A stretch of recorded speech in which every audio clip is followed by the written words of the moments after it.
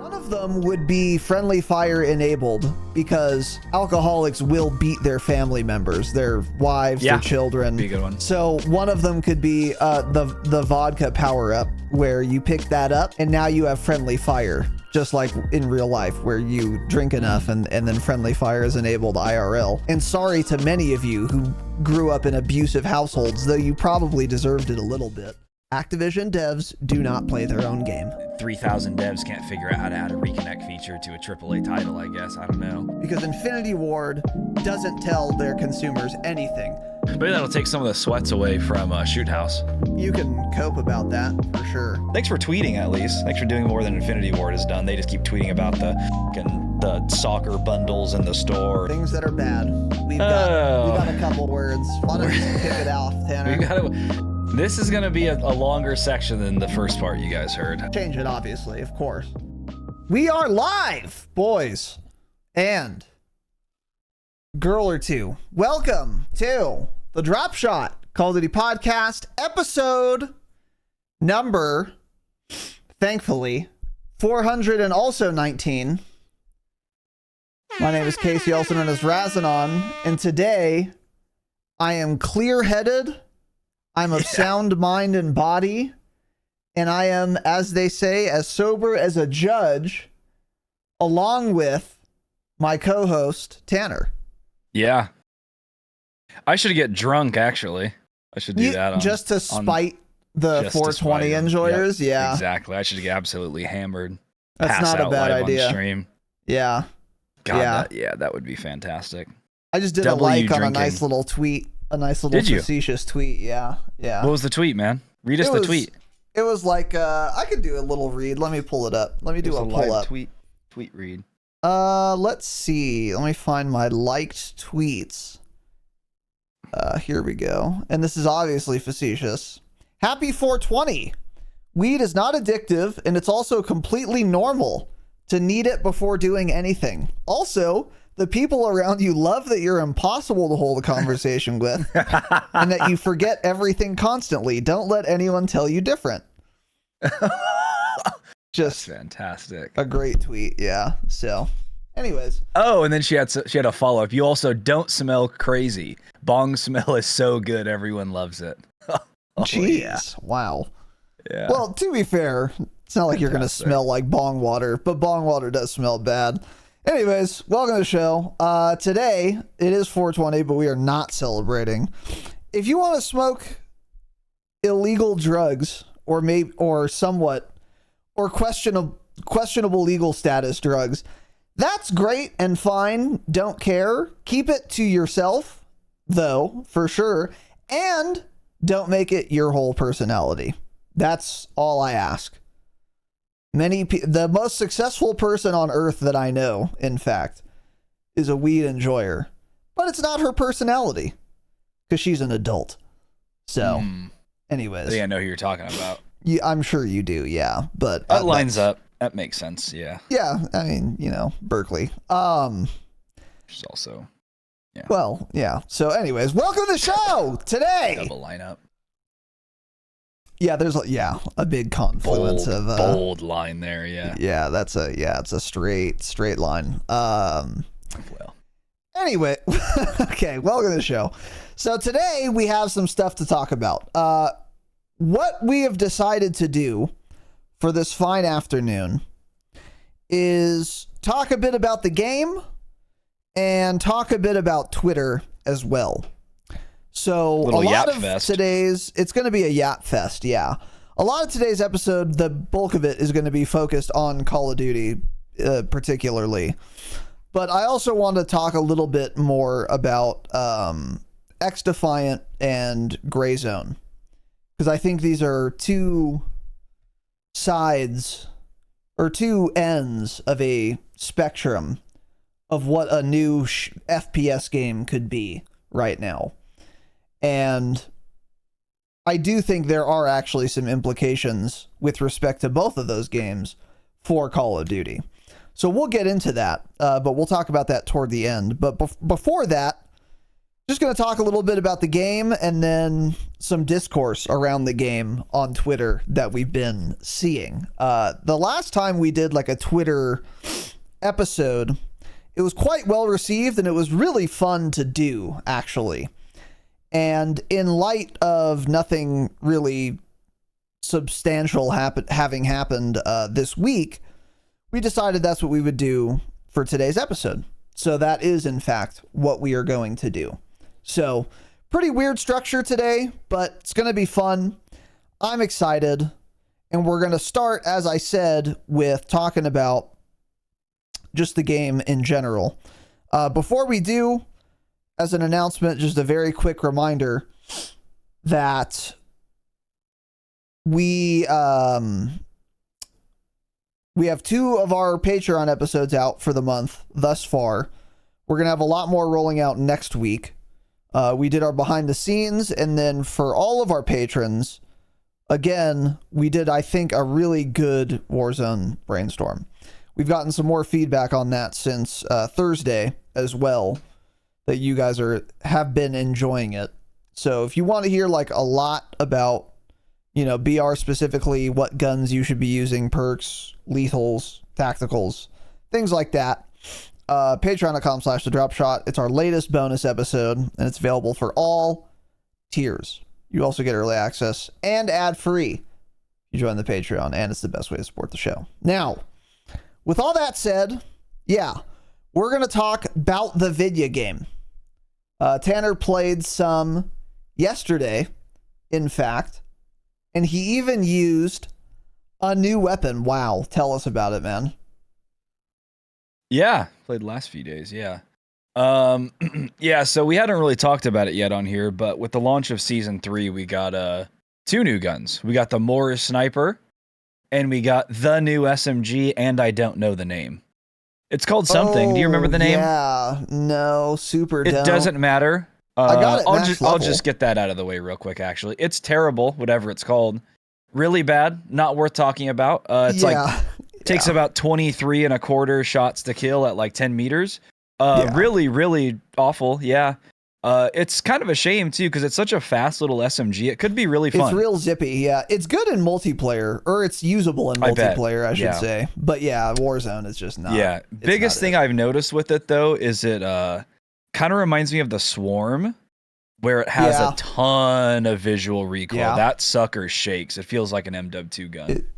But it's in that regard at least. But yeah, it's very fun. It's horrendous. Don't use it. Yeah. Probably don't even level it, because the HRM will still be meta for the next 6 months. So don't even bother leveling it. It doesn't matter. It's also, I think, weird doing attachments on it specifically, that gun, for some reason. Like, if you want to put on 80% of the underbarrels, you have to attach a barrel.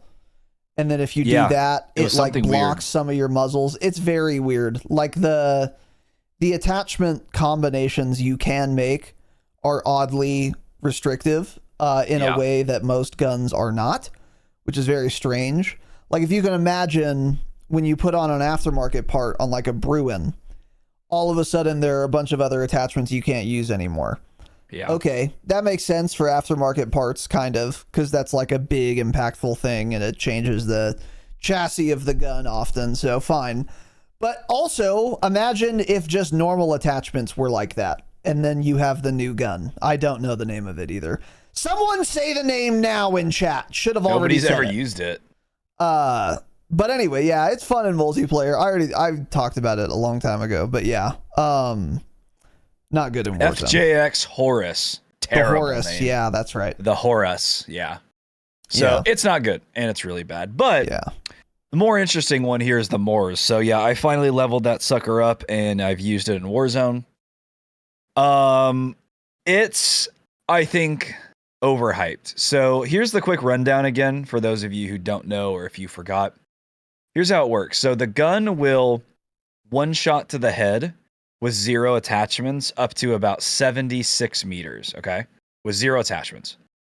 Okay. It'll one shot to the head with the charge barrel only up to about 106 meters. That's the one where you have to hold down the trigger, you charge it, blah, blah.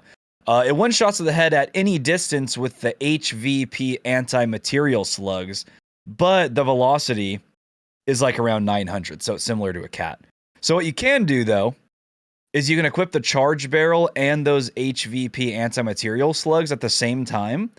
And that gives you a one-shot headshot at any range with the velocity of about 1700. Which is a lot. So that sounds good, right? Yeah, it does sound good. And when this launched, a lot of people were using that. Did you notice that? I saw a lot of Moore's clips and people talking about, oh my God, like this charge barrel, like this thing is so good. Crazy velocity, one shots to the head. Nobody uses it anymore. It's dead. So, and that's what we said all the way back then. I was like, there's no way that's going to be used that often. Something where you have to track, hold down, let go to fire, and hope you get your headshot or whatever, you know? That was always insane to me, and it felt felt terrible, right? Yeah. So nobody really uses that anymore. So that setup is cap as I expected. The charge barrel. The charge barrel is not good. If you're running it and you think you're doing well with it, you would probably be doing better using something else besides that. So yeah, people don't run that anymore, and for good reason. It's just, that is a weird thing to do, to try to hold down and track somebody. It goes against anything you've ever done. All your instincts, in any FPS game you've ever played. Yeah. I will say it's probably a lot less weird to do on controller though. Because on mouse, that is super weird. Like, because unless you have the big brain setup. I wish this had occurred to me, by the way, just as a quick aside. I wish this had occurred to me when I first started playing FPS on KBAM. Some people who have giant brains, because this is so smart, have their fire button, like to shoot, instead of left click, it's space bar. And then they use their left click to jump. And that is so smart, because then you could use your right hand to literally only aim, even in gunfights.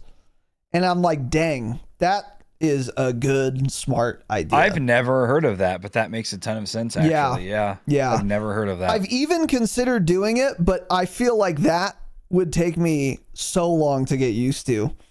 But anyways, that's very weird. I have not tried it yet. I probably will just to experience it, but the weirder part too is like aiming while you're holding is one thing, but you know what? I take it back. It probably is just as difficult on controller, because you don't know exactly when the bullet's coming out. I think that's the hardest part. Is like if you're using a normal sniper, you basically, what you're doing is you're aiming and then you're moving your reticle to the person's head, and as soon as it's on there, you just click the button and then you get a headshot. Hopefully that's like kind of the idea. But if you're using a charge barrel, you're not gonna be like perfectly timing when the bullet comes out, so you're basically forced to like track the head rather than quickly get on it, and then it doesn't matter anymore. You have to like stay on the head until the bullet comes out, and that's just really hard to do. And it's probably just as hard on, if not harder actually, on controller. So yeah, I would imagine this is really difficult regardless of the input, but I believe it. It doesn't,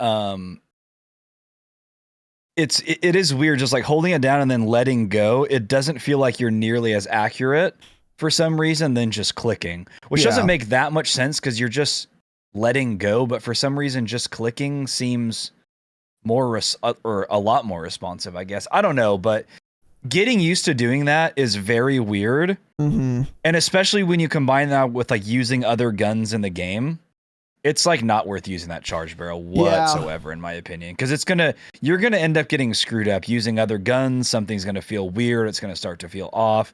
Not worth doing at all. But moving on, one of my biggest issues with this gun, and I'm surprised I haven't seen one person say this ever, one time anywhere ever. Every time you shoot it, it forces you out of aiming down sight. And this is the only sniper in the game that does this. But you can reload an ADS with every other sniper in the game. Oh, can you? Yes. That's why this is so weird. That is weird. Every single time you shoot, whether you use hold to fire, toggle if you're on K-BAM and you decide to do toggle, it forces you out no matter what. So you fire one bullet immediately at un-ADSs, which feels off because to me, the way I snipe is I fire and I hold it down for a little bit to better track where the round went to try to hit my follow-up shot. So if you're like trying to shoot somebody out of the sky, a moving target far away, and you fire and you're immediately forced out of ADS, you can kind of see like the bullet smoke from where the path was, but not nearly as well as if you're able to stay zoomed in. So that pisses me off, and it makes me extra mad that nobody said anything about that. I wouldn't have bothered even trying the gun. So this is a massive downside, in my opinion. Like there's just so many situations where I'm shooting at a moving target at range, and with a gun like the Stalker, I can hit my shot, stay ADS, hit another shot, they're dead. 2 shots. With the Moors, when I miss one shot, I feel like I'm out of it. I'm done. I'm not getting that kill anymore. Because then you have to re-ADS, try to find your target again. It's crazy. So that feels terrible to me as well. Yeah. Can you top load like a car while ADS'd? I wonder if that's why it takes you out of ADS. You can? I'm pretty sure. Yeah, then why would it take you out of ADS? That is so weird. I didn't notice it either. Somebody in Discord said something. I'm thinking, yeah, you could load cars while ADS'd, couldn't you? I'm pretty sure you could. I think you could. I'm not positive. Because it would just sway every time you loaded around. Yeah, I think I'm like 95% sure you could. Yeah. Yeah. And yeah, you so can if you reload snipe everything a lot, else while ADS. That is weird. That's very noticeable, especially coming from every other gun in Warzone ever. Any other sniper. For as long as I can remember, you could stay ADS with most of them. I'm sure there have been ones that you weren't able to, but like SPR, Car 98, oh yeah, all of them. HDR, Swiss, you could stay ADS after firing a shot with every single one. Yeah, I think you're right. So that is weird. But it is weird that it does that. Yeah, so I hate it. And that makes the gun like unusable for me. So the Moors build, or the best Moors build, it will one shot to the head at any distance, like I said. But then you pretty much have to use the build where it's only the anti-material slugs and not the charged barrel, since the charged barrel is so hard to use. So then at that point, you basically just have a cat. And for me personally, like aiming down sight is very important. So at that point, I'm taking a cat. I think the cat may have a little bit less velocity. I'm not sure because they've nerfed that. I haven't looked at them side by side with the attachments and true game data or anything, but they're definitely within 100 velocity of each other. They're around like 900 to 1,000, I think. Yeah. So, you know, it is nice with the Moors that you don't ever have to reload a mag, but being forced out of ADS for me just pretty much kills that gun altogether. So I think overall the Stalker is just the best sniper in the game, especially for like my play style. Even if I don't get a one-shot headshot on some guy because he's past that one-shot headshot range, I can always hit that follow-up shot fast enough to get the kill, like always. And since the velocity is so much higher, it has really good handling. And most importantly, the Stalker to me is just a lot more fun, I think. It just still makes it the best sniper. So I'm surprised people claim they like this. I'm not that surprised because I think I think you're very peculiar in that you like to stay like ADS'd and that it annoys you. And the only reason I'm saying that is because when you talked about it in Discord, no one else noticed it. So obviously, but I don't think that many people snipe either, really. That's true, but of the people who do, or often, or who did, they didn't even notice it. I didn't notice it either. So I think if you don't have that type of hang up, I think it is better than the cat because it does have faster handling, a lot faster ADS. Exactly. And stuff. Faster ADS time. You don't have to incur the reload thing, and then also probably faster movement speed. I would imagine faster strafe speed as well. So basically you'd be getting, one shot at any distance with better handling. The downside is every time you shoot, it forces you out of ADS. So you, as a player, if you want to be able to one-shot at any distance, I think the only question you have to ask yourself is, unless you're willing to do the charge barrel thing, which I agree with you is not worth getting used to, even if you can, you have to ask yourself, would I rather have better handling or the ability to stay ADS, basically? And then you would pick which sniper you want of these two. That makes sense. Yeah, that's true, I guess. Yeah, if you're still using the cat, which I don't run into that often at all, then the Moors actually probably is the better option for you. But like, if you were using the XRK Stalker, I don't think it's worth getting off of that. Yeah, I think those are like different types. Yeah, exactly. Yeah. Mm-hmm. It like the Moors and cat, that makes more sense for people playing in like custom tournaments, if snipers are allowed, things like that, where you want that one-shot headshot at any range. Like even Breadman, because like they basically play for wins. So he's further from a lot of people, and he's past that first damage range, or the one-shot headshot range with the Stalker a lot. Yeah. So I know he really likes the Moors. I've been watching a lot of him lately. But yeah, it's not for me, and I think if you're using the Stalker, you should probably just stick to it. Yeah, I agree.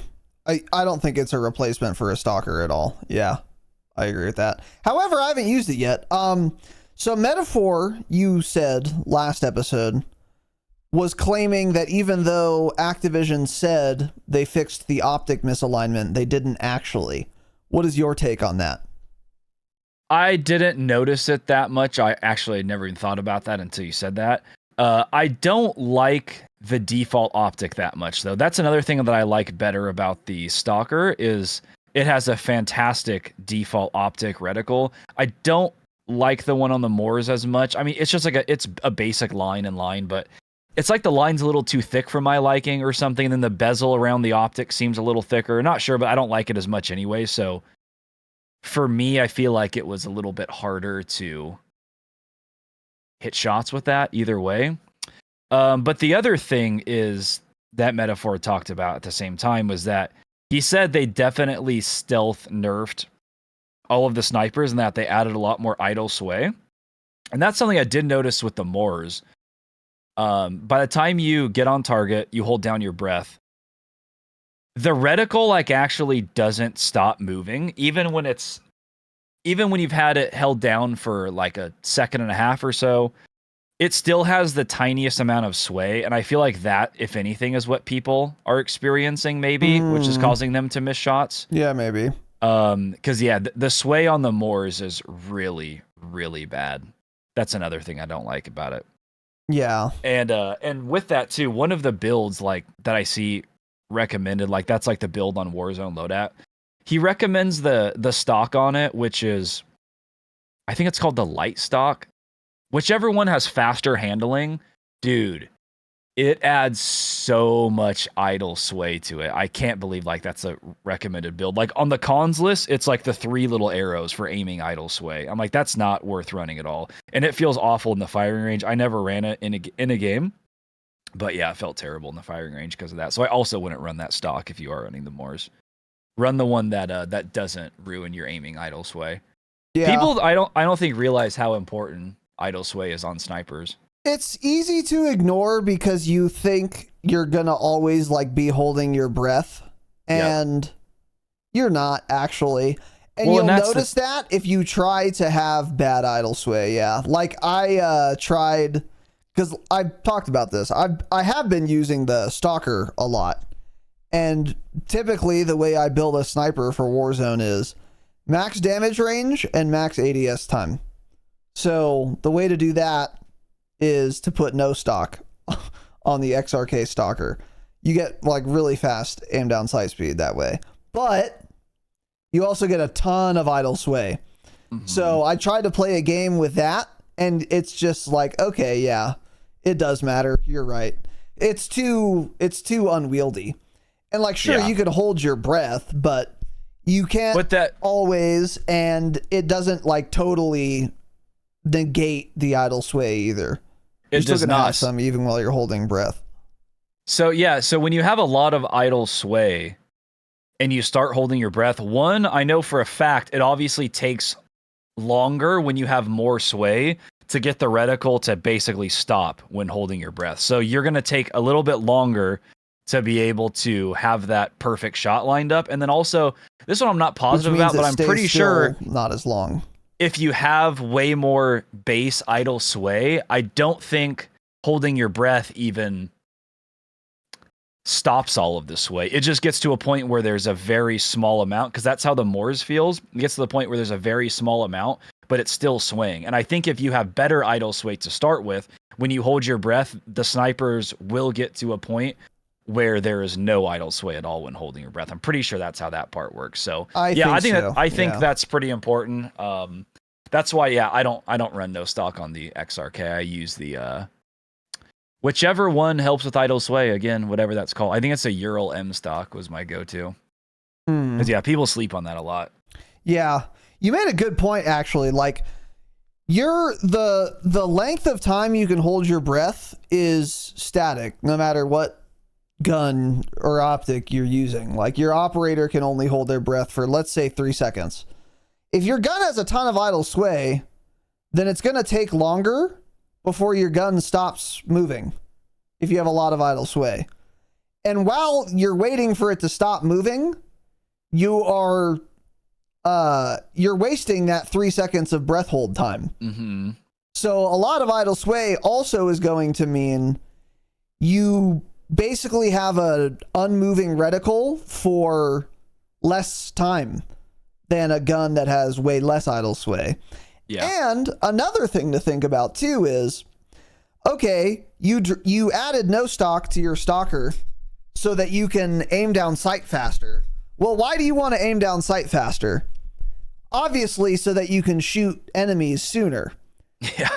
But if you're, instead of waiting for your gun to ADS, now you're just waiting for your reticle to stop moving, well, then what was the point?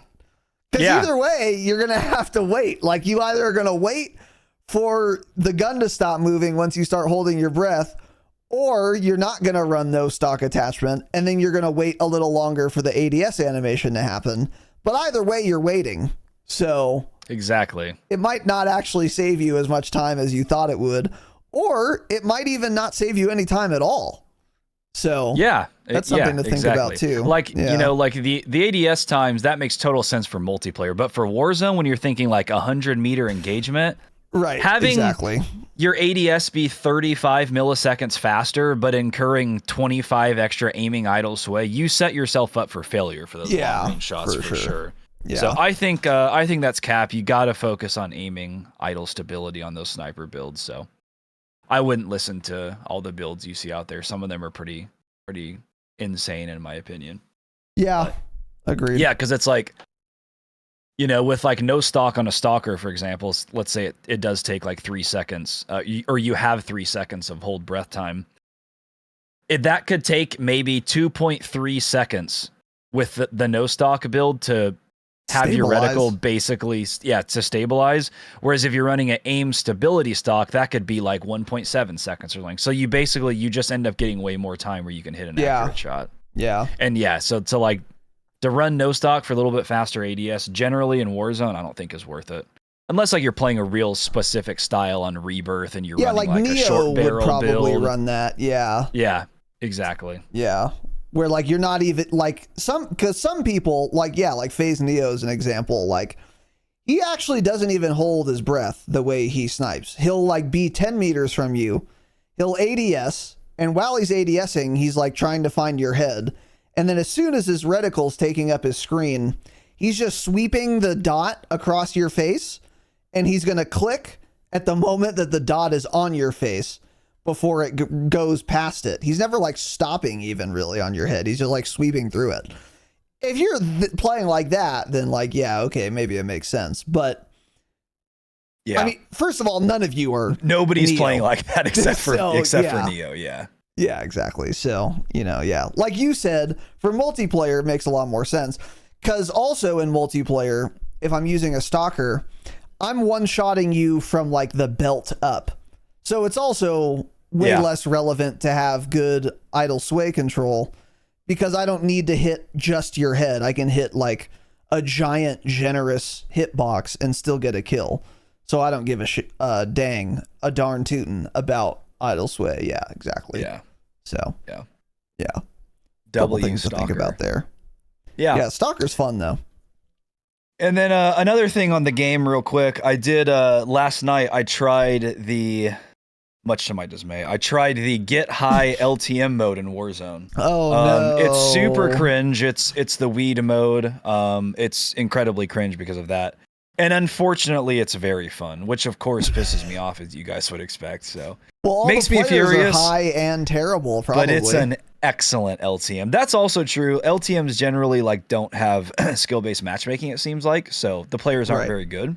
But basically how it works, because I don't know if we ever even talked about it on a Thursday app.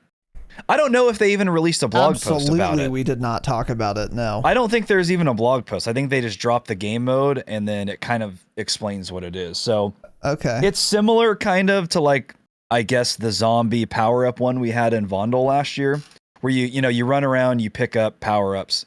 The great thing about this LTM, and what? Literally, bongs. So you pick up edibles. You pick up edibles, and when you pick it up, it's a power up, and it makes like it's a Cheech and Chong themed bundle. By the way, I haven't seen one Cheech and Chong bundle in game, because everyone that plays this game is 17 and they have no idea who those people are. So I don't know why they ever partnered with them. Let's start there. They're making no money. Yeah, that's the thing. If you're the type of person who wants to buy the Cheech and Chong bundle, you also obviously don't have gainful employment, so you don't have money to spend on it. So yeah, who are they marketing to?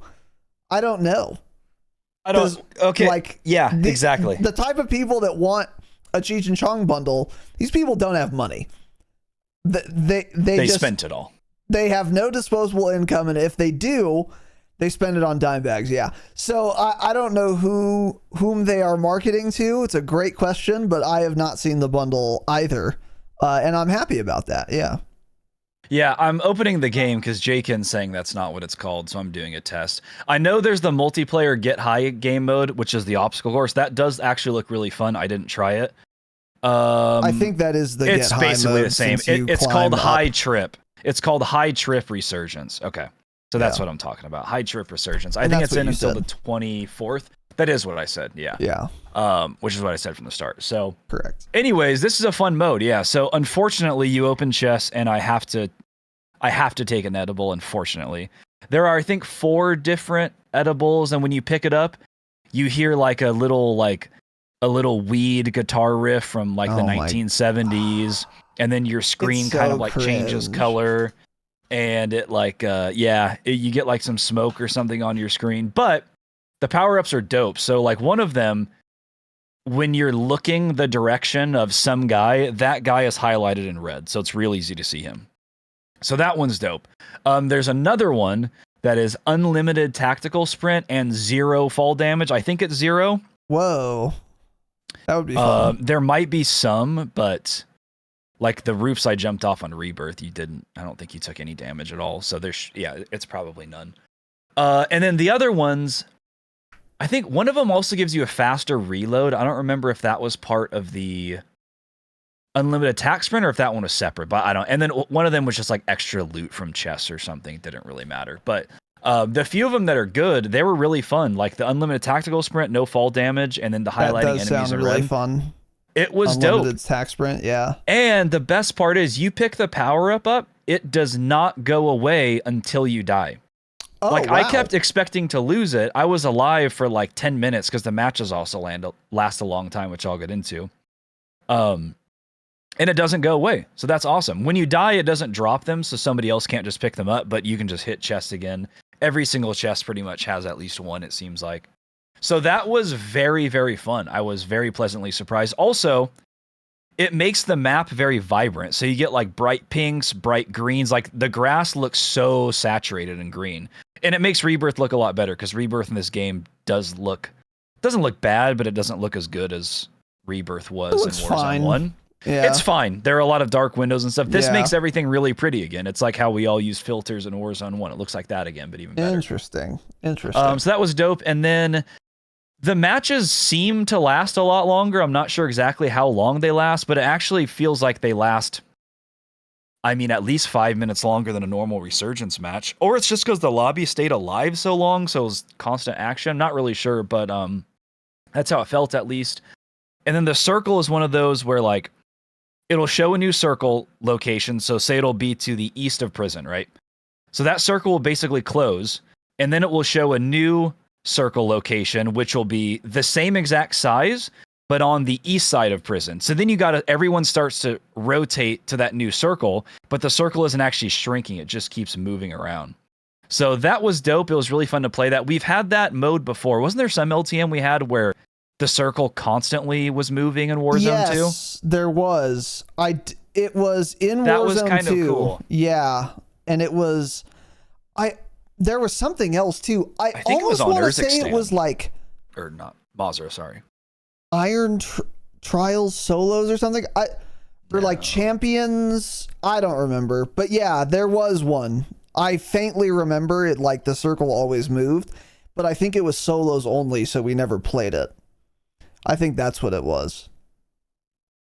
I remember playing it, whatever it was. Oh, really? I remember at least trying it because I thought it was cool. I can't find what it's called right now. But anyways, so the circle just constantly moves to a new location, and it basically stays the same size. I'm thinking of one where the circle was constantly closing. It was just one big circle that constantly closed. That was different. Yeah. Yeah. Okay. Yeah. That is cool, yeah. So this is a really fun mode. I liked it a lot. You know, besides like all of the issues I've already complained about with Rebirth, like me and this one guy, literally, I was running up the stairs and he was coming down and he slid past me. He ended up killing me, but it's funny even watching the kill cam because he obviously didn't hear me either. We're sprinting at each other. He comes around a corner, slides past me. I had no clue I was there because there's no footstep audio. Yeah. But, you know, besides like the default Rebirth issues we're dealing with right now, it was really fun. This is by far the best experience I've had on Rebirth, so I would recommend trying that until the 24th, I believe it's in. It's a fun little mode.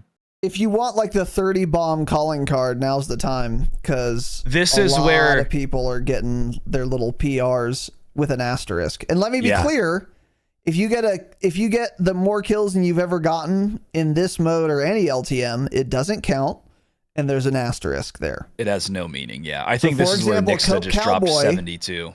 Has the audacity to run a 30 bomb calling card, and he shouldn't be allowed to, because he got it in the superhero Vondel playlist where you had the superpowers, and there's an asterisk there and it doesn't count. And there was another large Twitter account that was he was almost crying how happy he was. He got his first 30 bomb. And it was the LTM, and many people correctly pointed out, much to his dismay, that it doesn't count. So, but if you want to get accolades that you don't deserve, break kill records and all that, go play it. It's a good idea. Yeah, that's a great idea, actually. Yeah, and since Scope dropped that 30, I don't even think he's gotten a 15, honestly. I wouldn't be surprised. Yeah. So that means the 30 calling card means nothing if you got it in an LTM. You're absolutely correct. Yeah. Yeah. So your PR means nothing in that mode. Your PR I think means Nixa dropped 1070 bombs in the last 24 hours on it, so it doesn't matter. Yeah. And it's a double whammy for this particular LTM, because not only is it an LTM, so there's less SBMM, but also, again, the people who want to play that are drug addicts. They're not good, and they're not paying attention. Their electrical bill isn't paid, so the power could shut off at any time, so you'll have less competition. So there are a lot of benefits if you want to win games and get kills to playing this mode. By the way, the combination of weed and Warzone made me randomly remember this. You probably won't remember. I don't even know if you even know this. But do you remember Joey's gas mask? Oh, I think I do. That sounds familiar. Joey had a gas mask bong, and it was literally a gas mask like you would equip in Warzone, and built into it, like the mouth part of it, was a bong. Yeah. And you would smoke it like normal, and it would just fill the gas mask with smoke. It was the dumbest. By the way, it doesn't get you any more high than a bong. Probably gets you less high, actually, because it's all the smoke is like in your face instead of in your lungs. So it doesn't make any sense to have it. But it was fun and funny to use. And when I was 19, we all hid it in my garage. Yeah. Well, not all of us, but me, Gabe, Joey, I think Michael was there as well. It was the dumbest, most weed-brained thing you could have. It's yeah. It was really It's crazy silly. too, because at least 50% of the people there are now drug addicts. I can think of a couple of those guys that are now drug addicts. Yeah, so and sense. some a couple of whom who have graduated to other A little bit more, yeah. other substances, a little bit more, yeah. Can you imagine if there was like a get drunk LTM on St. Patrick's Day? Oh, that'd be fun. Or like what's the other one? Cinco de Mayo, like a get drunk LTM, where instead of picking up edibles, you pick up different booze types. So I don't know what they would be, but you could that would be fun. You could make some fun little power-ups in that mode. What would the power-ups be? One of them would be friendly fire enabled, because alcoholics will beat their family members, their wives, their children. Be a good one. So one of them could be the vodka power up, where you pick that up and now you have friendly fire, just like in real life, where you drink enough and then friendly fire is enabled IRL. And sorry to many of you who grew up in abusive households, though you probably deserved it a little bit.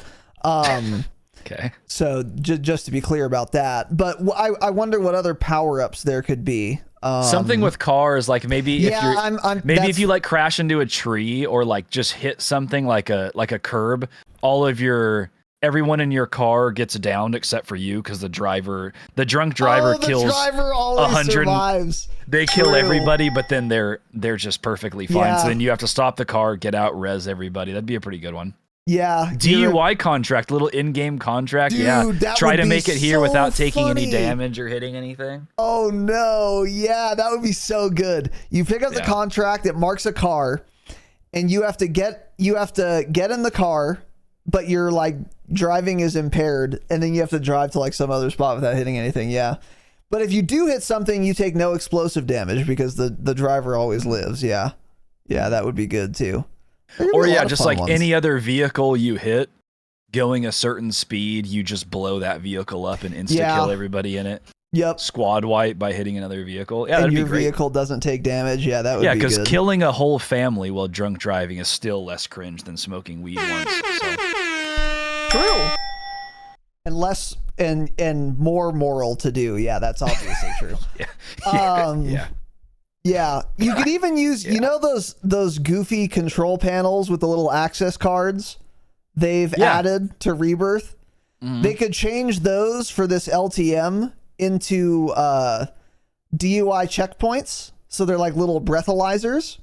So the more power-ups you've taken in that life, the more power-ups you've picked up in your current life, the better reward you would get at going to these checkpoints. So you would get like a bottle of vodka power up and the 6-pack power up and the like absinthe power up. And if you get all those in one life and then you hit a checkpoint, you breathalyze, you blow a .2, you get an advanced UAV specialist and a juggernaut suit or something. That could be fun. Yeah, that sounds cool.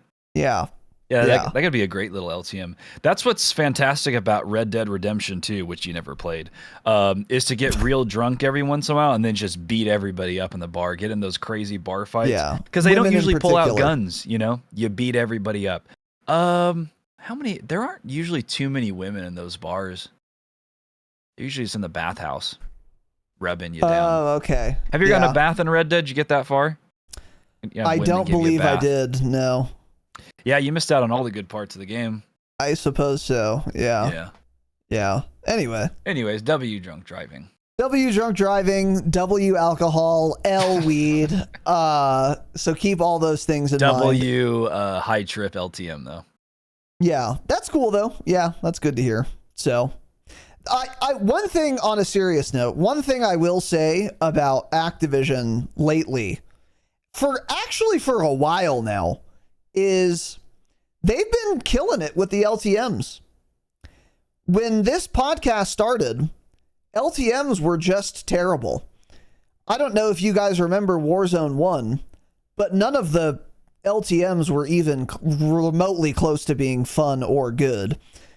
Maybe you'll recall the armored vehicle LTM. Some people had fun with that, but I just think that's an example of a really dumb, bad LTM. Or like on Vondel, we had in Warzone 2, the glorified hardpoint, like Warzone hardpoint, really bad, not good LTM. There were a lot of just cringe, unfun LTMs back in the day. Or they were just boring, and I'd rather play like normal mode.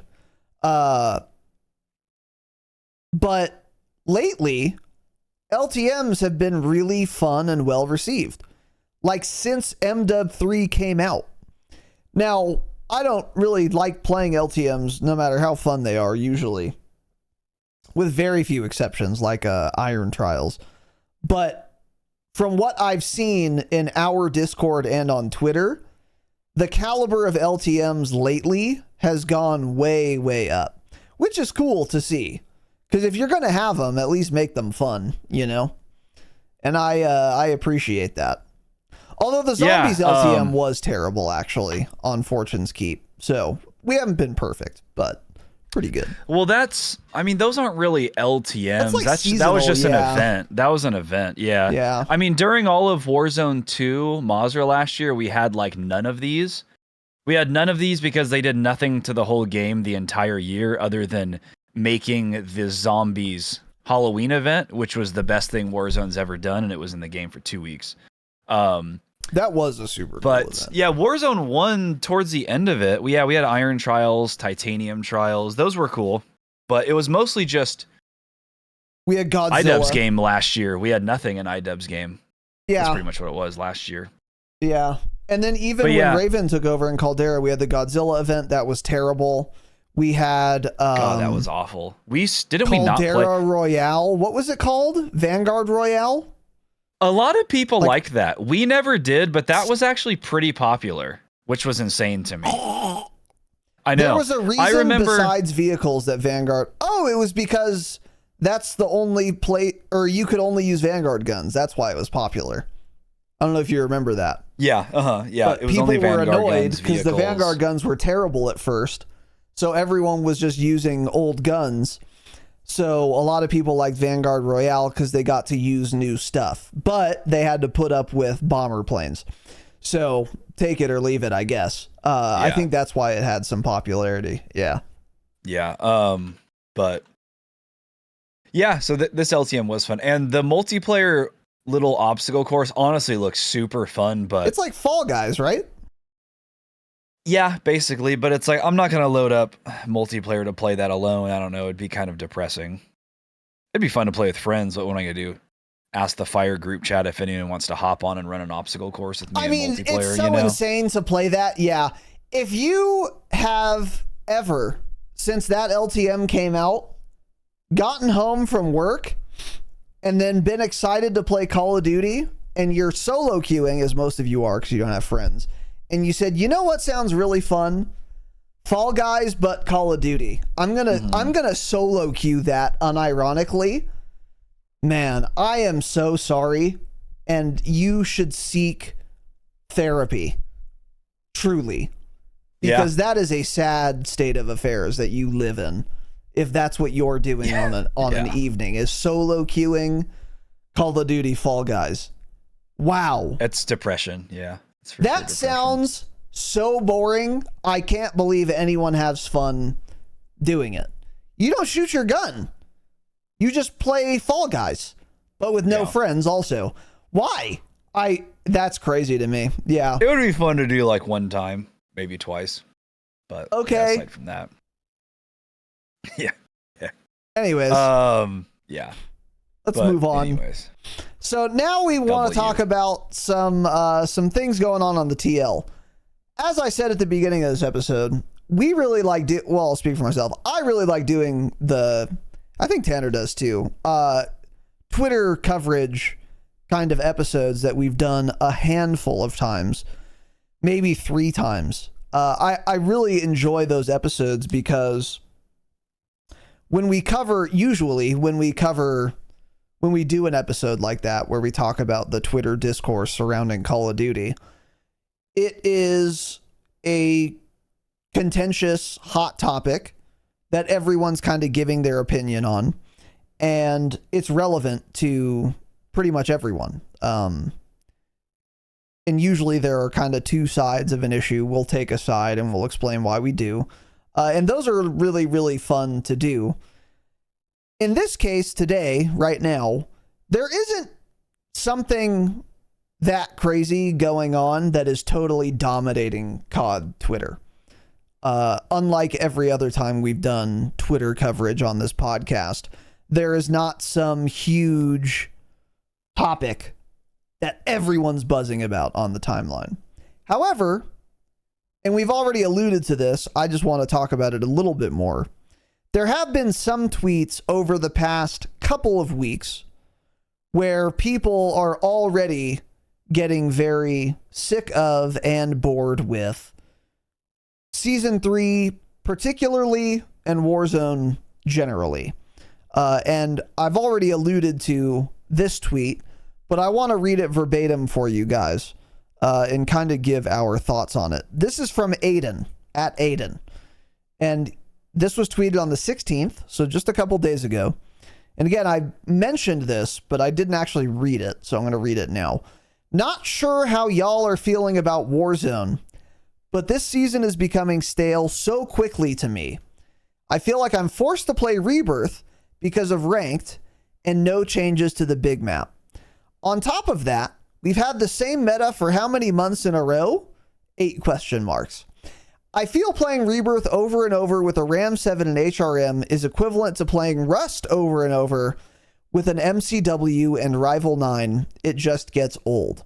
He's referring to Rust the map, not the game, obviously.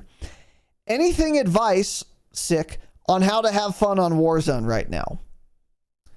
And this had 500,000 views on Twitter, 1,000 likes, a lot of retweets, 50 retweets, and a lot of comments. Yeah. And this is, as I said, what we've been referencing with respect to this season. And we even had this sentiment prior to this tweet. I mean, we were saying this when we read the blog post for Season 3 before it came out. Like, nothing for big map, that's a yikes, and this is going to get old fast. And we were right, of course, that it would get old fast for a lot of people. Aiden is one such person, and many people obviously agree with him. And even though the meta has changed a little bit from the last 4 days, like, people are not using the Ram 7 anymore, but they are still using the HRM, and they are still playing Rebirth over and over again. And he's right. He feels forced to play Rebirth because he kind of is. He can't really play Urzikstan right now. If he does, that's already old for him, probably. And that's not what his viewers want to see. If anyone's like a competitive Warzone player, it's freaking Aiden. So he is beholden to playing the most competitive possible iteration of Warzone that he is able to. And right now that is Rebirth Island, because that's the only place where there's any ranked Warzone gameplay of any kind, which is to say ranked Resurgence, because we don't have ranked BR. And then again, a lot of people agree with him. Huskers replied to this tweet, by the way, and said, who's a K-BAM player, and said, I don't think there's really anything we can do at this point until they change the meta, change up Urzikstan, and add ranked to it. I've been feeling the same exact way the last few weeks. This might be one of the most stale periods we've had in Warzone. True, Ooh, ooh, ooh, ooh, ooh. And it's a real shame. A lot of people agree with him. And it's not surprising. And it makes me worried. This sentiment makes me worried. Well, the sentiment doesn't actually really make me worried, because these people, like Aiden's not going to stop playing Warzone, nor is any other big streamer, obviously. But a lot of their viewers and just other people who are not streamers certainly feel this way. Tanner and I, to some extent, feel this way. And that's only going to continue to get worse as the game gets more and more stale as we wait for Season 4. And I say Season 4 and not Season 3 Reloaded on purpose, because we haven't heard anything about Season 3 Reloaded. And that's my real big concern. That's what I'm really worried about. Yeah, and I think we get that in 2 weeks. We get it pretty soon, and they have not mentioned anything about what that will entail. So it's probably going to be very light in the ass, like a lot of Season Reloadeds have been since MW 3 came out. Meaning, Urzikstan will remain stale, Rebirth will remain stale, with a couple of changes, and then we're going to get some weapon balance. And like, cool, we get some weapon balance. Maybe the weapon meta changes dramatically. Okay, that'll be novel for a week, and then we're going to get kind of used to that, because we're still going to all be playing on the same map. Either Rebirth, which won't be changing much with Season 3 Reloaded. We'll be getting the infill events sometimes, so that'll be cool for a while. But then that's going to get old pretty quick. And then Urzikstan, I suspect, is not going to change at all with Season 3 Reloaded. So then we're just going to have to wait till Season 4. And if you're listening to this and you're holding out hope that Season 3 Reloaded will have some surprise big overhaul or addition of content, you're outside of your mind, because they have not been doing this. I think with Season 2 Reloaded, all of the big changes we got with Season 2 Reloaded, or Season 1 Reloaded to the degree that we did, they already mentioned in the Season 1 or 2 blog post. They didn't hold that information until before Season 2 Reloaded came out, or Season 1 Reloaded came out. If they were planning on doing something big, in other words, with Season 3 Reloaded, we would have already heard about it in the Season 3 blog post, like we heard about the infill events. But there was nothing mentioned at all for Urzikstan in the Season 3 blog post. So expect nothing. And that's a real shame. And that has other implications, which we'll get into. But do you have anything to add? Yeah, I think the only thing I know for sure is we're getting another gun. What is the gun we're getting? It's a battle rifle, right? Yeah, it was an AR or a battle rifle. Man, where is it? Trying to find it, because that could be interesting. I don't remember what it was called. Modern Warfare 3. Let's see. Maybe it's here. This is the patch It was notes. probably called the TAC XYZ. No, it's the other, like, Advanced Warfare, Infinite Warfare, one of those, the guns. An The MCW bow? Is 762 it the bow? by Is that what we're 81. getting? That could be the only interesting thing, but yeah. Yeah, I get it. It is, like, stale, but like the thing is, the game is still so much better than it was last year. Like last year it actually became unplayable a week after the season because you were bored of all the new stuff, and then the game just was terrible.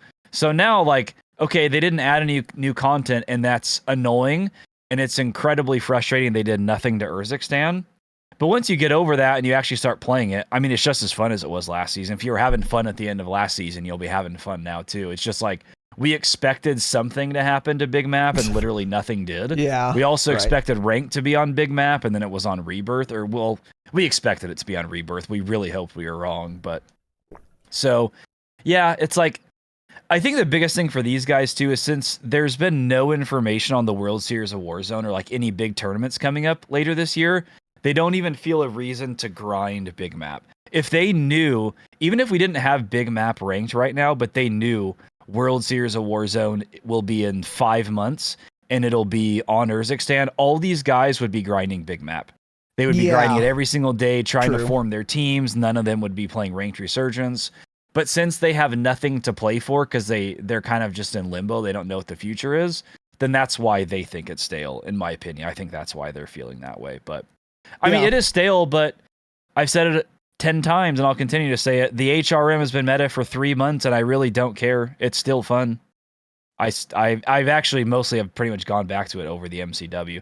It's still fun to use every single time. It'll probably end up going down as a top 3 Warzone SMG for me, actually. So I'm fine with it still being meta, but you gotta make more changes. The player base needs weapon balancing changes more often. Yeah, for sure. I mean, we just keep expecting like assault rifle buffs, and then we just don't get them. Instead, they nerf the ones people already weren't using, and then they don't buff anything. Yeah, or they buff the M16's recoil control. Okay.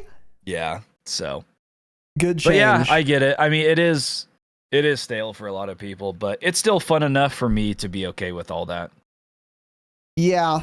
I mean, yeah, that's worth pointing out is that don't forget where we were at this time last year, which was in the lowest point of Warzone. Much more dire straits, yeah. I mean, the worst possible Warzone experience, or the worst one we've ever had. We had to do strongholds. There was AI on the map.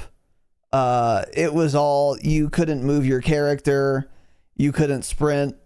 Plating, you had to like set a separate keybind and also go into a stronghold to do. It was the worst possible experience. So to be clear, yes, the game is still very fun, and at least they haven't made it worse ever, really, since launch. I mean, the game has not gotten worse since launch. It's only gotten better. It's just the degree to which, and this is kind of, we're going to get into this. That's the thing about gaming now and Call of Duty now, is the player base, and I count myself among them, has a shorter and shorter attention span every year because we are getting more and more accustomed to more and more content released more and more rapidly. And when I was 17 playing, MW2 on an Xbox with all my friends from high school after class, I could just play that for a year and be satisfied, as most gamers could be. But we just don't live in that world anymore, guys. And we're going to get more into that. So, like, yeah, the game is still fun. And when my friends are playing and we get on, I still do have a great time. We talked about that a lot in our last bonus episode. The game is really fun. I just wish there was more going on. And I think a lot of people feel that way. And that's the thing, is like, I have friends, so I still have fun playing Warzone right now. But I wonder what proportion of the Warzone player base does not have friends. They always solo queue. And what gets them to keep queuing or not? Because I can tell you now, if I never had anyone to play with, I'd be taking a break from Warzone right now, because even though it is fun, it's not novel enough to get me to like queue by myself if I were a solo queuer. Whereas if there were a bunch of new content, I would queue by myself because there'd be something like really engaging to get me to hop on. But if you do have friends, like in my case anyway, since I do have friends, yeah, the game is great. I mean, the fundamental game is fantastic. It's really fun. So that is worth mentioning for sure. But one thing you did mention was World Series of Warzone. Repulse had a tweet on the 17th, the day after that Aiden tweet I read. And here's what he says. On the real, y'all think World Series of Warzone is actually Resurgence or no? In a perfect world, I'd want World Series of Warzone on Battle Royale and a CDL Resurgence type series on Resurgence, both spanning 4 months each or something along those lines. Thoughts? And then he puts an emoji because he's a zoomer. And hey, great question. We've been wondering the same thing ourselves. What's up with World Series of Warzone? Because we have not heard a peep about it.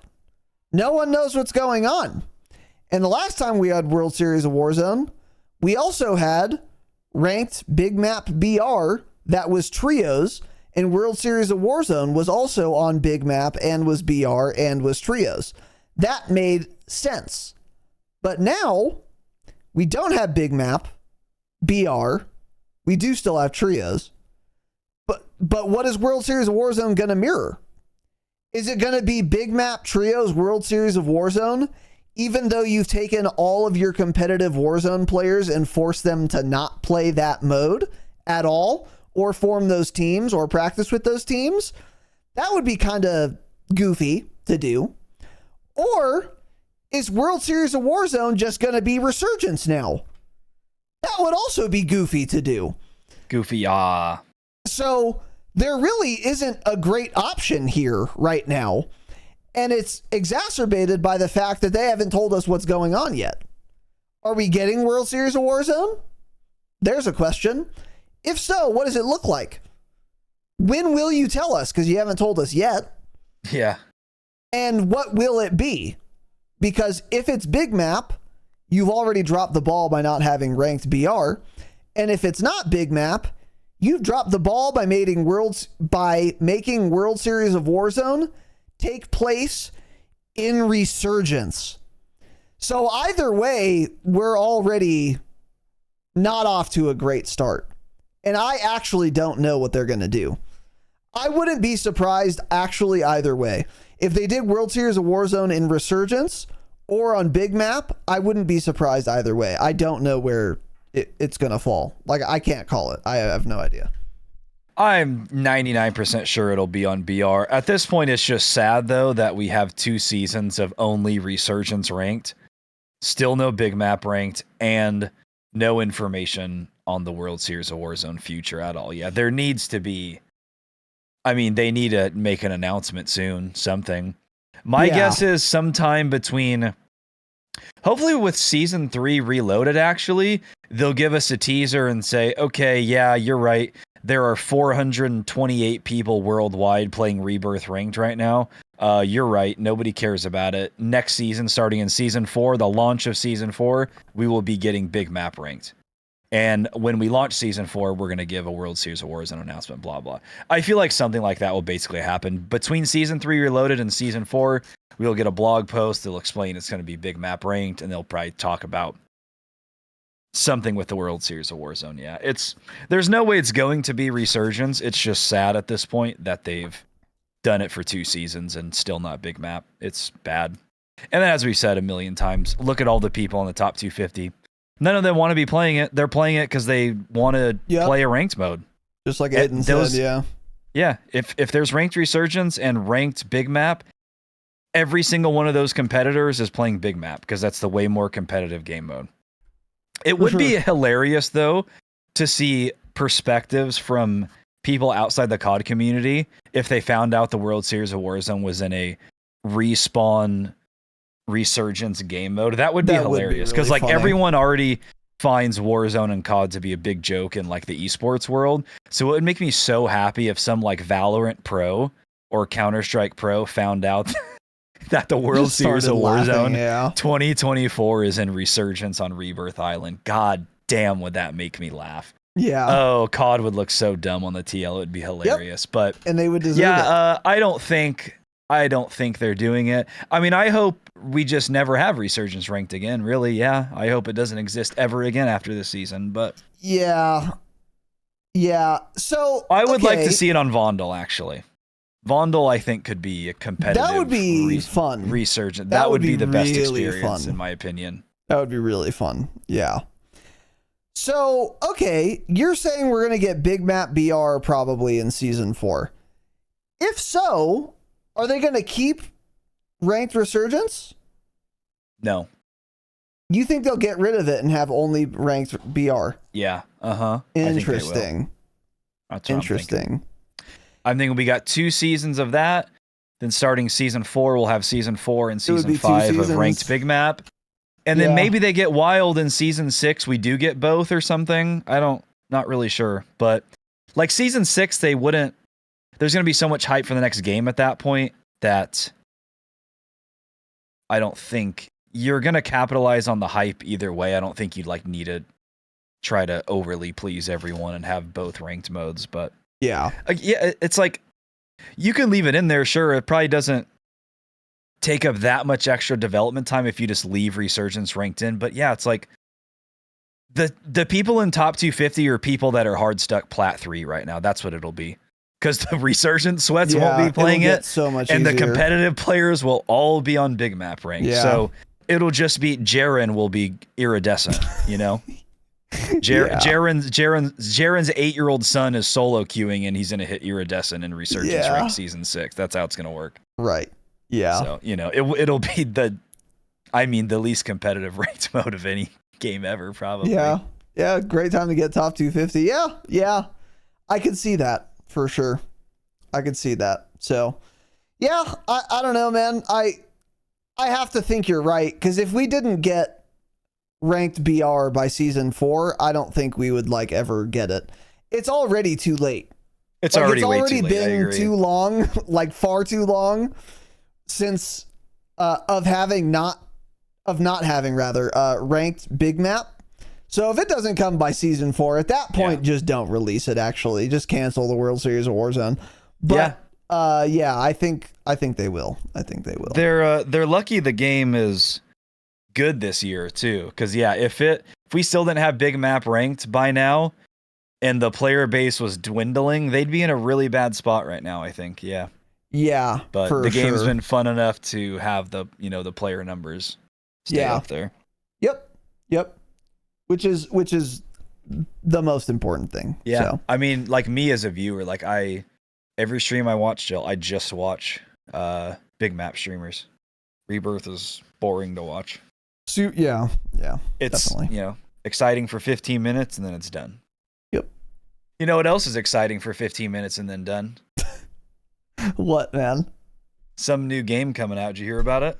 Some new game, yeah. So speaking of fun for 15 minutes, there is a COD killer that is on the march, and the community has been talking about it for 10 years, it feels like, yet the game still hasn't come out. Kind of weird. There's this game called XDefiant that actually 12 months ago was in beta, and everyone pretended to have so much fun on it and said, oh, this is going to kill COD, or, oh, this is so great because COD now is going to have a competitor that's going to force Activision to, pull itself together and actually please the community.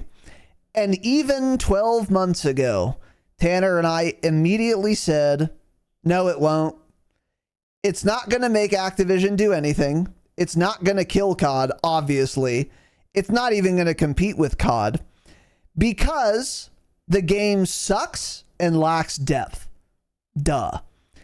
And then the beta closed, and then they said they were going to release the game 2 months afterward. They didn't. Still not out. Still no release date even. But they just did a playtest, which I think is still live at this moment.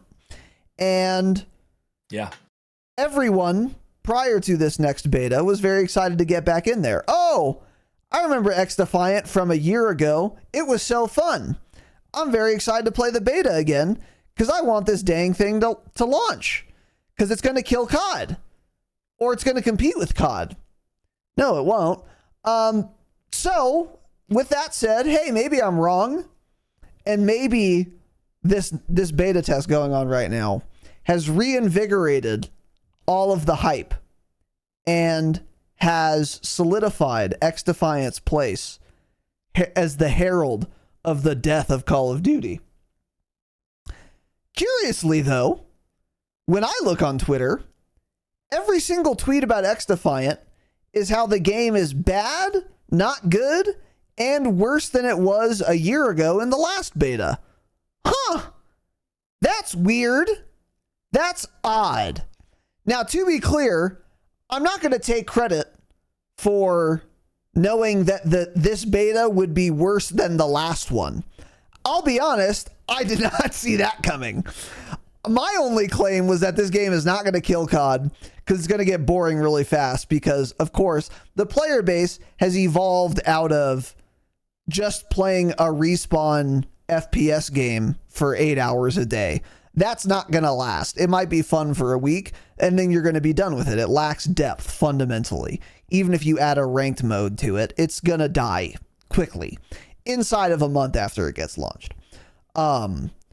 That was my claim, is my claim, and will remain my claim until it happens, and then I will dance on the corpse of XDefiant and tell you all I told you so, because I had some naysayers a year ago, probably going to have some still now. You're all wrong. This game will be dead on arrival. Inside of a month, no one will be playing it, streaming it, watching it, etc. With that said, though, what I did not anticipate is what is happening now, which is that this beta somehow is just far worse than the last one. And all the people that had a lot of fun and were very excited about it last time are saying, oh, this is worse. Or at the very least, it's not better. The highest praise I've seen on my Twitter, and I've seen a lot of XDefiant tweets for this game and this beta test, was from Nate Gibson, actually, whom I am a huge fan of. And his tweet was basically, yeah, feels about the same as last time, except the desync is worse than last time. I don't know. I think that was how it ended. And then another tweet from Enders, someone else I follow. He said this about XDefiant, and I think this is a great encapsulation of what this game is. I don't hate XDefiant. So, by the way, starting off strong, I don't hate XDefiant. That's what you want to hear. If I go for a job interview and I hear the interviewer telling their coworker, I didn't hate Razinon. I didn't hate him. I don't think I'm getting hired. It's not the highest praise I've ever heard. So here's how it starts. Again, I don't hate XDefiant. I've had fun. I just think it's the definition of painfully mediocre. It's been 99% the same game every single playtest. Still desync heavy. Gunfights still feel wonky. Gunplay is mid. Abilities are unbalanced. It is what it is. Shatterline was better. FFS. I don't know what Shatterline is, by the way. I have no idea what that is. It was one of those one and done games that lasted a week also, that had a good amount of hype around it. Got it. So exactly like XDefiant then. Okay. And then someone asked him in his replies to this tweet, LOL, it's that bad? ? And then Enders replied to that tweet and said, it is a 6 out of 10. Yep. Guess what doesn't kill CODs? 6 out of 10 arcade-only shooter games. Obviously. You've been seeing these tweets as well, right? Yeah, I've seen mostly everything I saw from people I follow, which is generally, so it's Warzone players or people that are around the Warzone scene, like I don't necessarily follow, but those are the tweets I've been seeing. And yeah, it's been pretty much the same thing. Like Tactical Brit, the worst player in the World Series of Warzone last year, aside from Wagnificent. Right. I saw a tweet from him too. Not entirely sure how, but XDefiant feels worse every time I play it. Movement animations feel clunky. Hit reg is still really off. Possibly slightly more aim assist this time too. Oh, that's good. Hard to say really, but it actually feels less fluid than Modern Warfare 3. And then another guy was like, yeah, every time they come back to a new beta, it's a step backwards. I don't understand how. So yeah, if it's a playtest that takes place this long after the big one last year, the beta or whatever, and like the major complaint back then too was hit reg is awful, desync is awful. Those are still like the two biggest complaints. So it sounds like they've done nothing to fix either of those issues. Yeah. So, yeah, no idea what's going on with that. By the way, it's pretty important. I saw a couple of clips actually of some guy shooting this guy a bunch of times. He was getting a bunch of the hit markers too, like they were being hit, but you could see the guy's health bar not going down. The guy turns around, does a little 180, kills him in like 5 bullets. as he probably already hit this guy 12 times or so. He got a bunch of hit markers, and he posted a little, like 3 different clips of that. So yeah, and then Geeky Pastimes as well, who's like a zombie YouTuber nerd lore guy. He said, I have no idea how they keep making XDefiant feel worse and worse. The beta is terrible. It's slow and clunky. The map's weapons and abilities are bland, with the same abilities being OP as they were literally years ago in playtest. Oh, no. I am shocked they haven't canceled this. Oh, no. Yeah. So I've seen that from a couple people too. I couldn't find those tweets again. I should have liked them. But I saw one guy who was a fairly large creator. I don't remember who it was, but he was like, this beta is terrible. He said, this game is either coming out sometime in 2025 or it's being scrapped. Like it keeps getting worse every time we play it.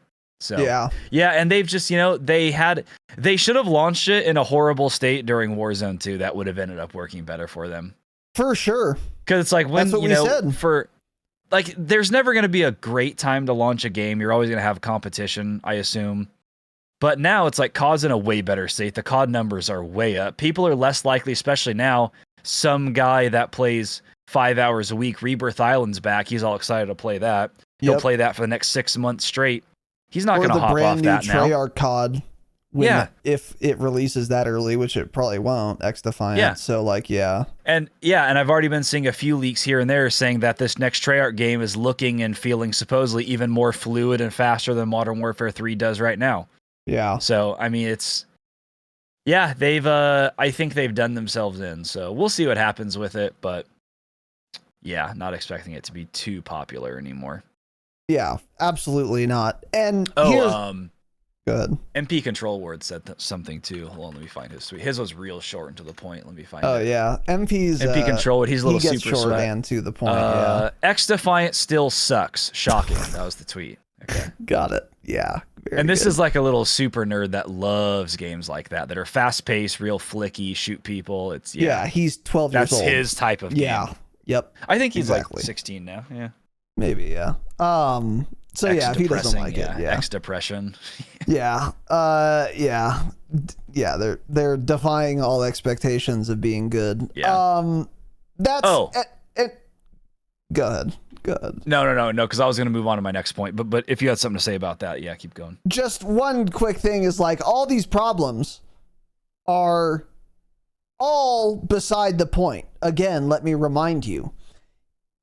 If they are able to fix all of these issues with desync and each beta getting worse and worse, let's assume they're capable of doing that, which it seems like they're not because it's been literal years, I guess. I didn't know that. But even if it's only been a year, if the game feels worse in testing now or even the same as it did a year ago, it seems very unlikely they're going to pull it together and fix the desync issues and the hit reg issues, which are extremely important in an arcade, fast-paced FPS game, obviously, right? This is very unlikely to happen. But even if it did, again, still wouldn't matter. So you have this impossible hurdle that you probably cannot summit. And even if you can, it's still not going to matter because the game lacks depth and is ultimately just a 2010 game, but it's made in 2024. Oh, a respawn shooter, and that's all you do. It doesn't matter how fun it is, or how good it is, or how well the mechanics work, or how much the devs listen to the community. We're done with that now. We've evolved past that. There's a reason Call of Duty has zombies and DMZ and Battle Royale and Resurgence and Campaign and the arcade multiplayer mode. Because, and even though it didn't in 2009, the reason is the player base expects more now. And that's the only way you're going to compete with COD is if you offer a lot more than just an arcade mode. And XDefiant, even if it offered the perfect arcade mode, this is what I said a year ago, which it won't, it sounds like, by the way. But even if they did, it just wouldn't matter. This game will never be played. It won't even be successful. The launch won't be successful. It'll have no longevity. it will be bad and not good, and no one's going to be talking about it in 6 months after release, probably even 3 months after release. So you're all coping. So anyway. Yeah. And then the last tweet here I wanted to point out.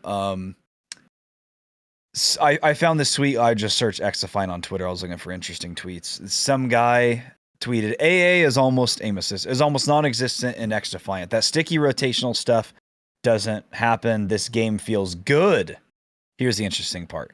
XDefiant is everything CoD used to be. Most fun I've had playing a game in years. I genuinely mean that. That's a horrible selling point. Saying it's what CoD used to be. CoD would still be that way if that worked for them. Exactly. It's not going to work for them in the future. That's the reason we've progressed. Yeah. Exactly. I would love to see the player numbers because I want to see the amount of players that still play multiplayer CoD in April of 2024 compared to Warzone right now. I mean, it's got to be, of the entire player base, let's say there are, 1 million playing at one time. I mean, it's got to be at least 80% are on Warzone, right? At least. What do you think that number could be? I'd say like 70%. Because I think there are like ranked multiplayer enjoyers. And there are probably a good amount of like casuals who play Call of Duty and stuff. Yeah. Multiplayer. There's some multiplayer games, yeah. But yeah, the majority are on Warzone. I mean, just look at Verdansk when that came out and how popular that was. Like, there's a reason for that. Yeah. And like you said, there's a reason that COD is not what it used to be. Yep. Yeah, exactly. Hey, COD 4 was the best COD ever at the time. You go back and play it now, and it's not even as good as Modern Warfare 3 2023, you know? It's like one of those things. Yeah. Yeah. It's like, it was great for the time. Doesn't hold up. Yeah, it's just not enough. The consumer base has moved on. I mean, you're still going to like play arcade games, but like if COD was only multiplayer, like I enjoy playing multiplayer COD. When a game comes out, and especially when there is a camo to grind for, I actually really have fun playing multiplayer. It's a lot of fun for me. But once I've gotten the mastery camo, and once you get the mastery, once I've gotten the mastery camo, and once Warzone launches and they integrate or whatever, I'm done. I'm done. That wasn't true again when I was in high school, but my expectations are higher now. So are everyone's. And most importantly, if there was no Warzone, I wouldn't be playing Call of Duty at all. And if the next Call of Duty coming out was only multiplayer Call of Duty, I wouldn't even buy it.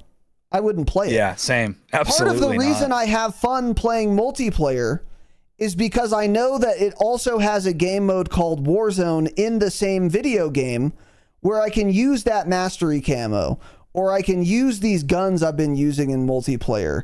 I can take them to another fundamentally different thing and continue using and having fun with all of them. But I wouldn't even play multiplayer, despite how good and fun MW3 multiplayer is, by the way, if that's all there was. Like, part of the reason I have fun playing multiplayer COD is because it's integrated with Warzone. A big part of why I have fun playing it is that. Like, it's intrinsically fun, sure, but that just isn't enough anymore. And if that's all XDefiant is offering, which it will be, well, it won't be, because it won't even be fun, because there's too much desync, I guess. But even if it were all it was offering, it just wouldn't be enough. And then you look at another game that has a lot of hype right now, Gray Zone Warfare. Is that what it's called? Yeah. This game also has a lot of hype. And unlike XDefiant, there's a good reason for that, because it is a new type of game that a lot of people are itching for and have not gotten to experience before, which is extraction shooter. So I remember like 1 or 2 or 3 years ago even, Tanner and I were trying to speculate what is going to be the next big gaming like revolution? So the most recent one we had was battle royales. That was like the big PUBG came out, or the DayZ mod happened, and people had a lot of fun with it. And then PUBG came out, and it was like, oh shit, this is the game type that changes everything. Like, actually, this changes everything.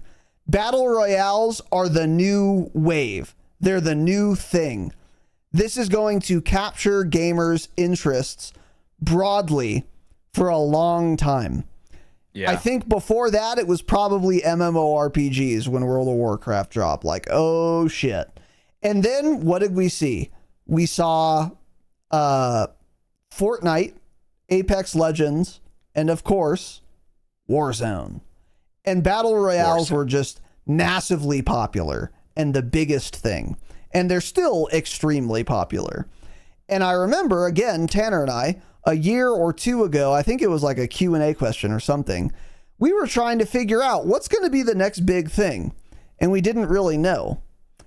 I think I know now. I think the next big gaming revolution game type is going to be extraction shooters. It might be Gray Zone Warfare. It probably won't be. It'll probably be a different title. But I think we are waiting for the next Fortnite. And what that will be is an extraction shooter. Mm-hmm. Because it's offering something new that players have not experienced before. Some people have played extraction shooters, but the vast majority of like even shooter FPS players have never played an extraction shooter before.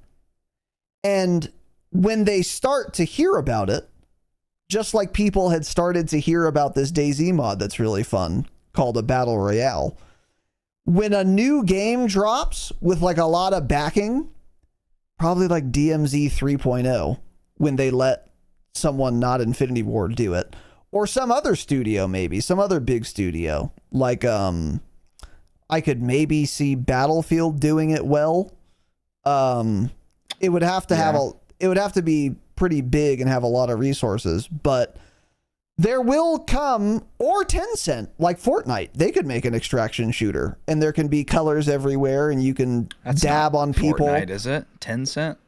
I don't know. It's some Chinese company like that. But imagine being able to just do a dab while you're running through someone's pockets before you go extract. That would be fun and exciting. There's going to be some big studio that finally figures it out and makes a good extraction shooter that has a lot of resources behind it. It may be Gray Zone Warfare, but it probably won't be. It's going to be something, though, and that's going to be the next gaming revolution, I bet. I bet it's going to be extraction shooters. And Gray Zone Warfare is the latest one that's coming onto the scene. It's had like a closed playtest that has gathered a lot of hype. And unlike XDefiant, it's a different new genre of game that gamers are interested in and is very novel and they're hungry for. It has more depth than an arcade shooter, and it's runs well. It uses Unreal Engine 5 in the case of Gray Zone, and it has attracted a lot of attention, and it's actually holding people's attention, which I'm surprised by. So this playtest started a couple days ago, and everyone who plays Escape from Tarkov, the preeminent extraction shooter, the first one, the PUBG of extraction shooters is Tarkov. So all the Tarkov streamers tried Gray Zone Warfare when the playtest started a couple days ago. By now, I expected most of them to be not playing it anymore. But I woke up today, all the Tarkov streamers I like to watch, they're playing Gray Zone Warfare. It has some staying power, actually. And you know that because when fads like this happen, I see people all the time playing it for a day and then they go back to streaming Tarkov. But not this game. I'm pretty surprised by it. Is that your assessment? Yeah, we'll see how it looks at the end of the week. I don't know how many of them will stay on it for that long, but yeah, I mean, it's been a couple days and they're still on it, but it's also because It's been longer than I thought. Progression tree. I'm noticing people have a lot more built guns in game and stuff now too, so that's probably what's holding on to them. But the more I see of like the PvP and stuff, and that seems to be the number one complaint, I think the game could have a lot of issues going forward if they can't figure all that out. I'm not really sure how that open map will end up working. I almost feel like you need smaller maps with a time limit like Tarkov has. I'm not sure how that's going to play out. That game's already seems like they may have some core issues, like with the chopper thing too. How you can just spawn camp a chopper. Be more consequence for dying. I mean, also. Well, that entire system needs to change. Flying you in on a helicopter, when anyone on the map can see the helicopter, they can just wait at a random landing spot and hope you land there and shoot you right when you get off. Like that entire system of the game, that's not just like one thing. Like that's not just like, oh, they need to work on gunplay. Like a core that mechanic, needs to be scrapped. That is not going to work at all. Yeah. But yeah, and it seems a little too slow the more I watch it. I don't know. But those games, that will not be the next popular one, that's for sure. But something like that will be. Yeah. And I mean, honestly, I wouldn't be too shocked if it's Infinity Ward that does it. I can see them, like we were talking about in the pre-show, some sort of DMZ 2.0 when they make their next main game. Yep. I can see that becoming very popular and that taking off too. But, you know, it's not something I don't think that would interest me too much. DMZ was really fun to play because of all the awful players that played it. It was fun to bully them. But aside from that, it was a terrible They would have to do a lot. Yeah, of course. Yeah, we've talked about that a lot. I don't know what they would have to do, but it'd be so much. They'd have to make a different game. But I wouldn't be surprised if they could do it, honestly. Activision will be trying extraction shooters again. Yeah. I think there's a reason they scrapped DMZ. Well, there are a bunch of reasons. We talked about most of them. But I think one of the reasons is so they can say, all right, we did it. Here's the feedback we got. Here are the analytics we have. We need to get in on this extraction shooter thing, though, because this is the wave. Maybe they're not smart enough to know that yet, but they will be at some point. I agree with you. I don't think Razinon Warfare is going to be I don't think it's going to be the PUBG of extraction shooters, but there will be one.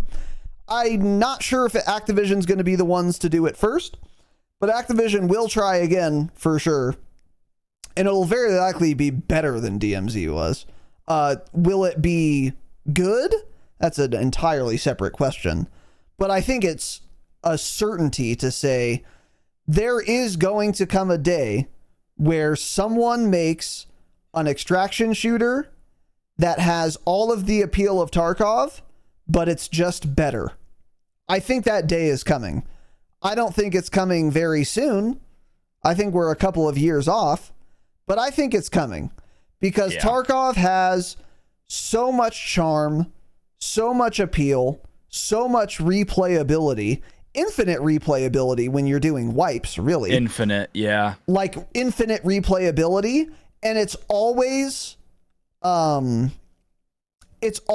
fun and engaging if you have wipes, because there's always wipe day. There's always very high stakes. Very high risk. If I die, I lose all my stuff.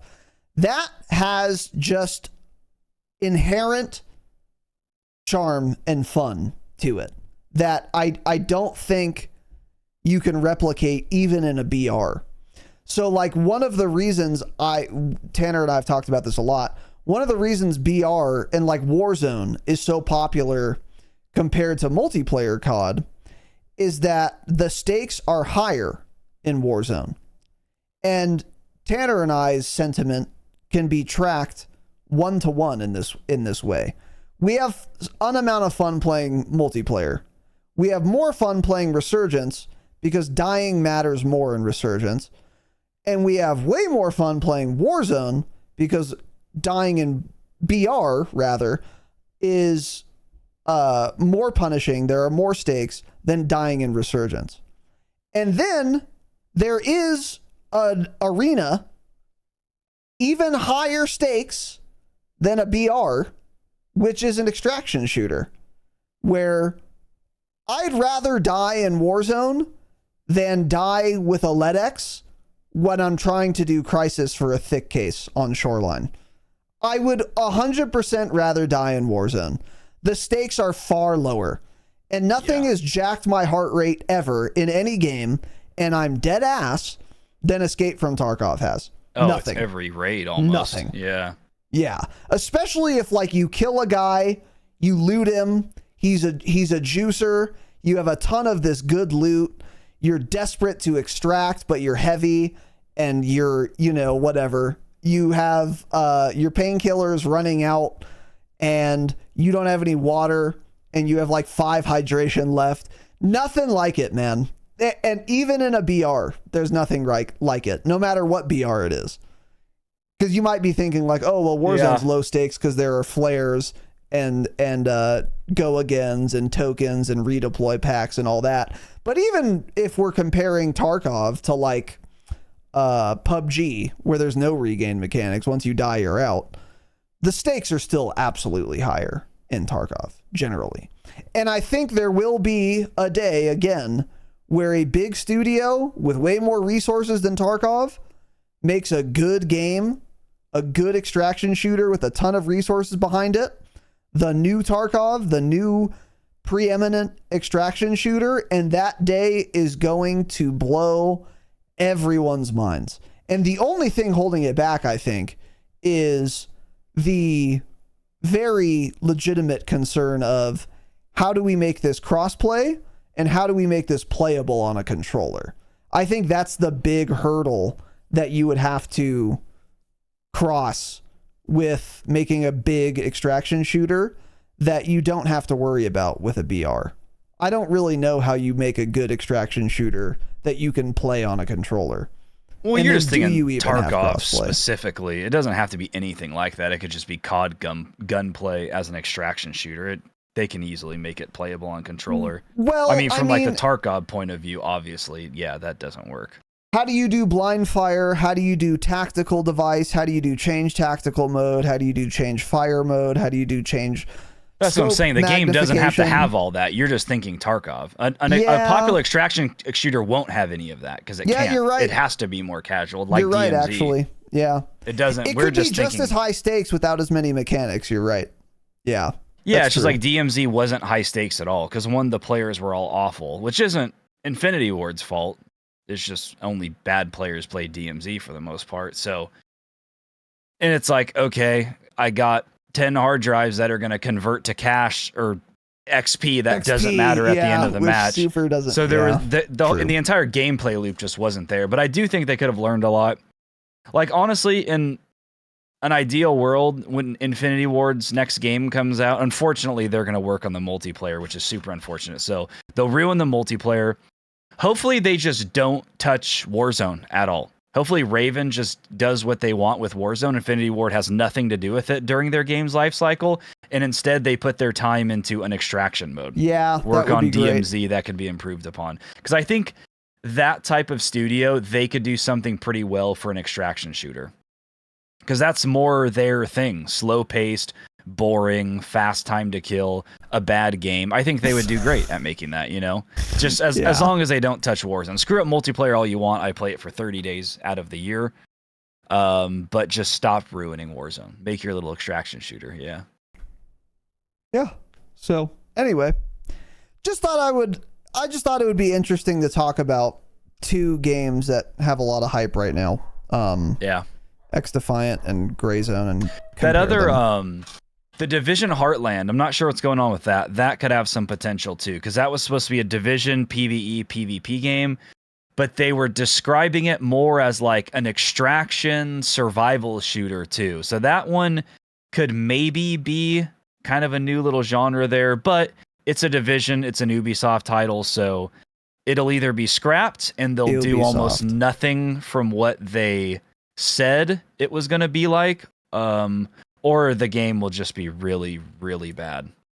Interesting. But that game to me looked and sounded extremely promising. Yeah. I haven't heard of that. I haven't looked into it, but anyway, just thought we would mention that. And that's it. So we hope you guys enjoyed. We will be back on next week. Follow us on Twitter at the Dropshot Pod. We'll post our schedule there in the Discord and on our YouTube as always. Patreon.com/thedropshot. We'll have a lot of bonus eps cooking next week as well. That'll be fun and exciting. Also, stay humble. Damn.